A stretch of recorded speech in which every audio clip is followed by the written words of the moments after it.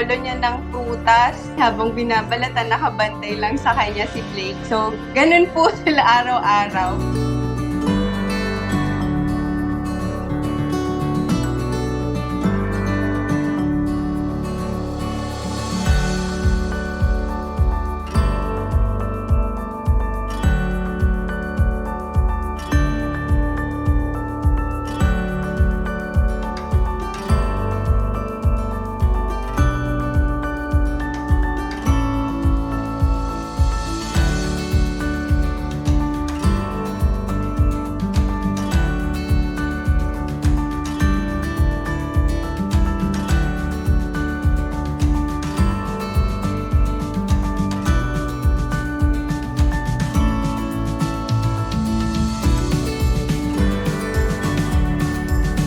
I-appreciate po natin sila, mahalin po natin sila, irespeto po natin sila. Yun po yung makakapagbigay ng lakas po kasi sa kanila eh. Magpasalamat tayo dahil mahal tayo ng mga lolo't lola natin.